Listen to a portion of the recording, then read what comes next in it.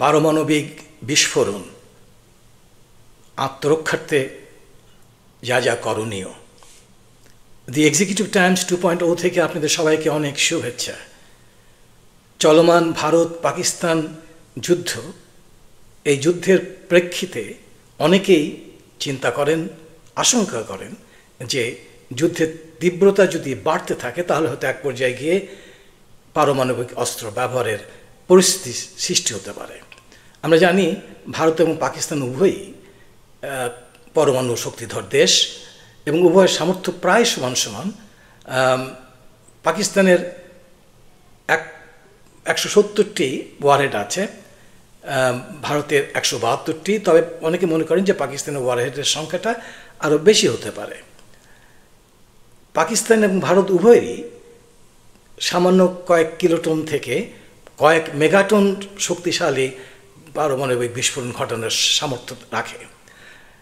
10 kiloton শক্তিশালী যদি সামান্য 10 কিলোটনের যদি একটা বিস্ফোরণ ঘটে, তাহলে আধা মাইল যে ব্যাসার্ধ, সেই ব্যাসার্ধের মধ্যে যে সমস্ত যে এরিয়াতে যে সমস্ত বিল্ডিং থাকে, স্থাপনা থাকে, সেগুলো প্রায় সবই ধ্বংস হয়ে যাবে। এবং আরেকটা কথা হলো যে এখানে ওই 1.25 মাইলের যে এরিয়া আছে গ্রাউন্ড জিরো থেকে আর কি, সেই এরিয়াতে, সেই জায়গাতে যে তেজস্ক্রিয়া আসবে সেটা অত্যন্ত মারাত্মক এবং প্রাণঘাতী হবে।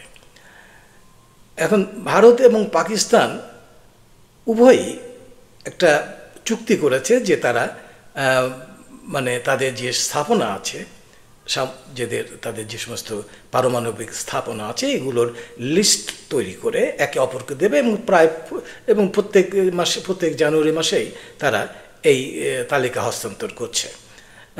এটা ভালো ব্যাপার, ভালো কথা। এবং তাছাড়া আর আমরা জানি যে একটা পারমাণবিক যুদ্ধ ঘটানো একজনের কাজ না, অর্থাৎ কোনো একজনের সিদ্ধান্তে কিন্তু এই মানে পারমাণবিক যুদ্ধ ঘটবে না। এটার জন্যে একটা প্রোটোকল আছে, বিভিন্ন চ্যানেল দিয়ে যেতে হবে, তারপরেই সাধারণত এটা হওয়ার কথা আমরা জানি। যদিও আমরা জানি যে আমেরিকাতে বা চীনে এরা প্রেসিডেন্ট তিনি করেন, বাট তবুও এককভাবে সেই সিদ্ধান্ত কেউ নেন না।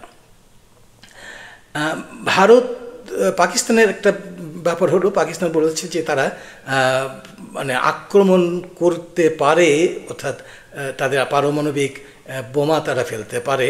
এবং অবশ্যই তারা এটা বলছে যে এটা ঠিক একটা ট্যাকটিক্যাল নিউক্লিয়ার যেটা ওয়েপন, এইটা তারা ব্যবহার করতে পারে, অর্থাৎ অল্প পরিমাণে, সামান্য পরিমাণে তারা ব্যবহার করতে পারে, এবং সেটা যদি তারা মনে করে তাদের অস্তিত্ব বিপন্ন হচ্ছে। অন্যদিকে ভারত বলছে যে প্রথমে তারা মানে পারমাণবিক অস্ত্র ব্যবহার করবে না, যদি না আক্রান্ত হয়। তো আক্রান্ত হলে তারা পারমাণবিক অস্ত্র ব্যবহার করবে। তবে আমাদের ধারণা, অনেকেরই ধারণা, সেটা হলো যে 2019 সালের পরে এই যে ফার্স্ট ইউজ, প্রথমে যে ব্যবহার করবে না, এই যে এই নীতিটার পরিবর্তন হয়েছে, যদি অবশ্যই এটা প্রকাশ্যে আসেনি। এখন আরও ব্যাপার আছে যেগুলো আমাদের জানতে হবে, সেটা হলো যে যদি একটা পারমাণবিক যুদ্ধ বেঁধেই যায়, তবে যারা বাধাচ্ছে তারা কিন্তু মানে আন্তর্জাতিক বিচার একটা আদালত আছে এবং আন্তর্জাতিক অপরাধ আদালত আছে, এই দুইটা আদালতে তাদের বিচার করার ব্যবস্থা রয়েছে। তাছাড়া আমাদের মানে এই জিনিসটা মনে রাখতে হবে যে একটা ম্যাড বলে একটা টার্ম প্রচলিত আছে এই পারমাণবিক যুদ্ধের ব্যাপারে। তা হলো যে ম্যাড হলো মিউচুয়ালি অ্যাসিওর্ড ডিস্ট্রাকশন, অর্থাৎ তোমরা নিজেরা যুদ্ধ করে নিজেরা ধ্বংস হয়ে যাবে। সুতরাং আমরা বলতে পারি যে এই পারমাণবিক যুদ্ধের সম্ভাবনাটা খুবই কম, তবে একেবারে উড়িয়ে দেওয়া যায় না, সম্ভাবনাটা খুবই কম। তাছাড়া পারমাণবিক যুদ্ধ না হলেও পারমাণবিক বিস্ফোরণ কিন্তু কোনো অ্যাক্সিডেন্টের জন্য, দুর্ঘটনার জন্য ঘটে যেতে পারে। আমরা জানি চেরনোবিলে যেটা হয়েছিল 1986 সালে, সেখানটায় চেরনোবিলটা অবশ্যই বর্তমান যে ইউক্রেন, সেখানেও তখন অবশ্যই সেটা সোভিয়েত ইউনিয়ন ছিল, সেখানে সেটা ঘটে যায়, সেখানে একটা রিঅ্যাক্টরে সেখানটায় বিস্ফোরণ ঘটে। এরপর অবশ্য 2011 সালে আমরা জানি যে জাপানে ফুকুশিমাতে সেখানে একটা বিস্ফোরণ, সেখানে একটা অ্যাক্সিডেন্ট ঘটে, 3টে রিঅ্যাক্টর সেটা খুব গরম হয়ে যায় আর কি, তারপর সেখানটায় বিস্ফোরণ ঘটে আর কি, এবং সেখানে বেশি 2000 এবং তারও বেশি লোক মানে মারা যায়। সঙ্গে সঙ্গে না, তার বিভিন্ন কারণে পরবর্তীকালে এটা ঘটে, সেটা তেজস্ক্রিয়ার কারণে, বিশেষ করে তেজস্ক্রিয়ার কারণে এই ঘটনাটা ঘটে। তাই আমাদের একটু মানে এ ব্যাপারে যদি ধারণা থাকে তাহলে হয়তো বা আমরা নিজেদেরকে কিছুটা বাঁচাতে পারি। এখন যদি পারমাণবিক যুদ্ধ লেগে যায়, যদি একটা বিস্ফোরণ ঘটে এটা, তাহলে আমরা কি করতে পারি, আমাদের কি করা উচিত?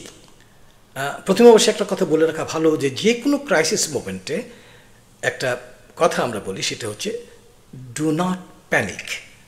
প্যানিক করা যাবে না, একদম প্যানিক করা যাবে না।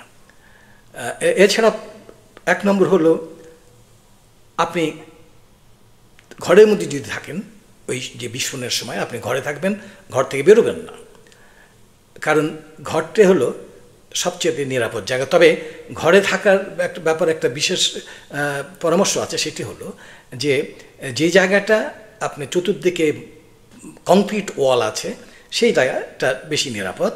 আপনারা কখনো দরজা বা জানালার সামনে যাবেন না।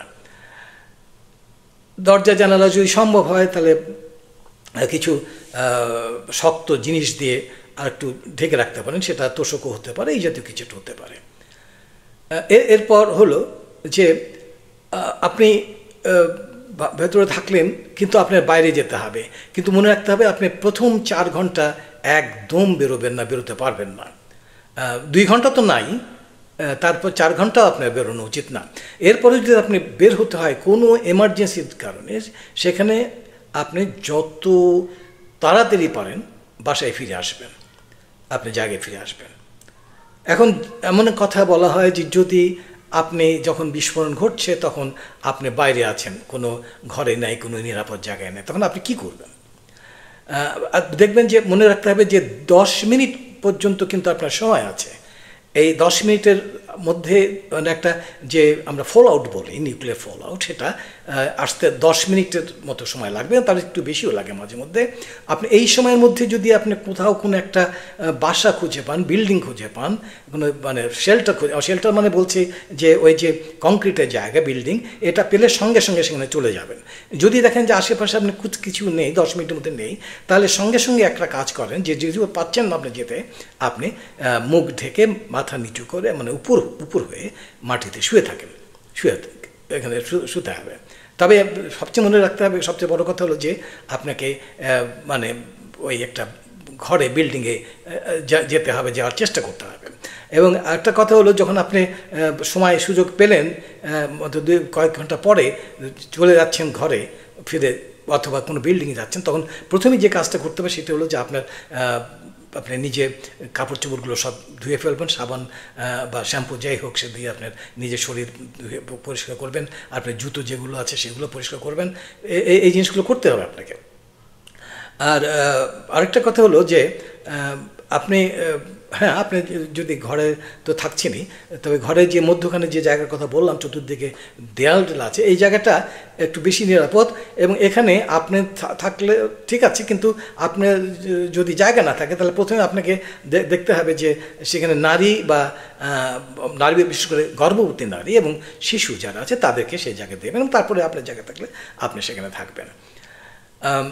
বাইরে থাকলে আমি যেটা বললাম যে বাইরে থাকলে আপনাকে তো মানে একটা সময় যদি ফিরে আসেন তো আপনি কী করতে পারেন জানেন, কিন্তু এমনও হতে পারে যে আপনি মনে করছেন আপনি গাড়িতে আছেন, আপনি কি করবেন? গাড়ির ভিতর থাকবেন না বাইরে যাবেন? গাড়ির ভিতর থাকা কিন্তু বেশি নিরাপদ না। সেক্ষেত্রে আপনি দেখবেন যে আশেপাশে যদি আপনার একটা এমব্যাঙ্কমেন্ট থাকে আর কি, অর্থাৎ কোনো বাথটাব থাকে এবং কোনো গর্ত টর্ত থাকে, ওখানে গিয়ে আপনি আশ্রয় নিয়ে সবসময় মুখটা ঢেকে রাখবেন আর কি, মুখটা ঢেকে থাকবেন। তারপরে আমি বলছি যে একটা পার্মানেন্ট জায়গা যাওয়ার জন্য আপনাকে চেষ্টা করতে হবে, তবে সেটা ওই 2-1 ঘন্টা আপনি একটু সময় রেখে তারপর আপনি যাওয়ার চেষ্টা করবেন।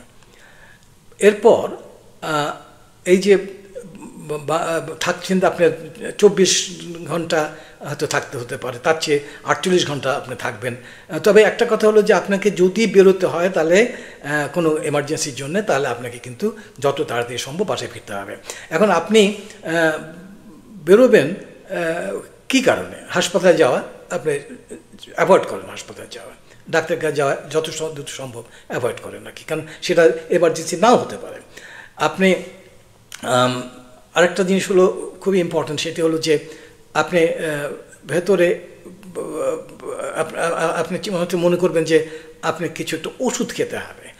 আমরা জানি যে একটা ওই বলা হয় মানে আয়োডাইড পটাশিয়াম, যেটা অর্থাৎ একটা ওষুধ আছে যেখানে আয়োডিন থাকে, সেইটা আপনার হয়তো জানা আছে, সেটা আপনি খাচ্ছেন। কিন্তু না, আপনি কিন্তু ডাক্তারের প্রেসক্রিপশন ছাড়া কখনোই কোনো ওষুধ খাবেন না।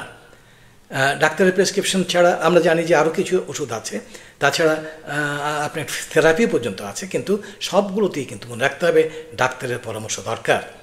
তবে একটা জিনিস আপনি করতে পারেন, সেটি হলো যে এই যে আয়োডাইড যে আপনার ইয়ার কথা বলা হলো, ওই পটাশিয়ামের কথা বলো, এখানটা একটা কারণটা হলো যে আমাদের যে ওই থাইরয়েড যেটা আছে, এখানে কিন্তু ওই রেডিও অ্যাক্টিভ আপনার ওই আয়োডিনটা চলে আসে ইয়ের সঙ্গে, ওই যে বিস্ফোরণটা করছে সেই সঙ্গে।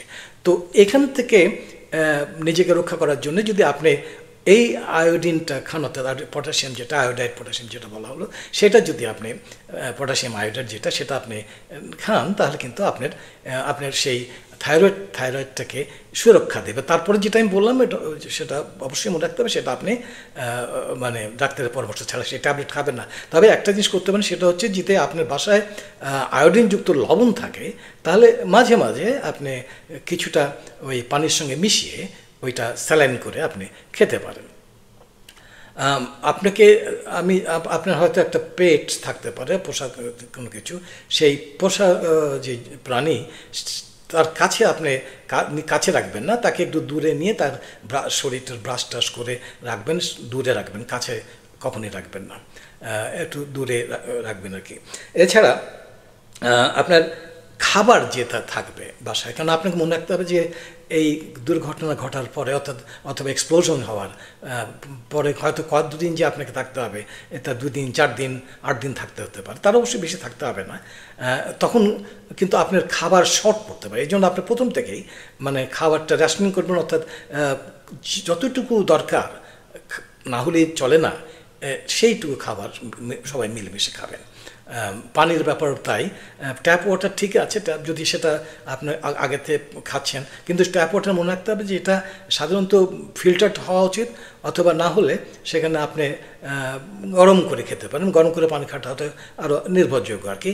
তো সেই গরম পানি ঠান্ডা করে আপনি খেতে, এবং এই পানিগুলো মনে রাখতে হবে যে প্রত্যেকের একটা গড়ে 2 লিটারের মতো দিনে আপনি একটা ব্যবস্থা করে রাখতে হবে, আপনাকে সেটা রাখতে হবে যাতে আপনার কোনো সমস্যা না হয়। এরপর একটা জিনিস মনে রাখতে হবে যে আমাদের এখানে ফুডটা কী ধরনের ফুড হলে ভালো হয়। এটা অবশ্যই তো ওই সময় তো আর কিনতে পারবেন না, যাওয়াটাও ঠিক হবে না।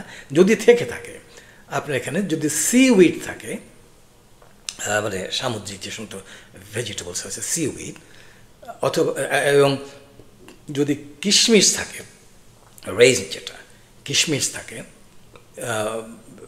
মাশরুম, এই 3টা খাবার, মাশরুম, তারপর কিশমিশ এবং সিউইড, এগুলো থাকলে এগুলো খাবেন। এগুলো আপনার শরীরের জন্য অনেক ভালো, আপনার এখান থেকে অনেক সুরক্ষা দেবে এই রেডিয়েশন থেকে। আপনারা সবাই ভালো থাকুন। এই জিনিসটা আমি আসলে এর উপরে করতে চাইনি, কারণ এটা অনেকটা এটা কিছু বলা মানে হচ্ছে প্যানিক সৃষ্টি করা। তবে না, আমি প্রথমে যেটা বলেছি, প্যানিক করবেন না, আমাদের সব কিছু পরিস্থিতি মোকাবেলা করতে হবে, সে মানসিকতা আমাদের থাকতে হবে। আপনারা সবাই সুস্থ থাকুন, ভালো থাকুন, এই আশাই করছি। আবারও দেখা হবে।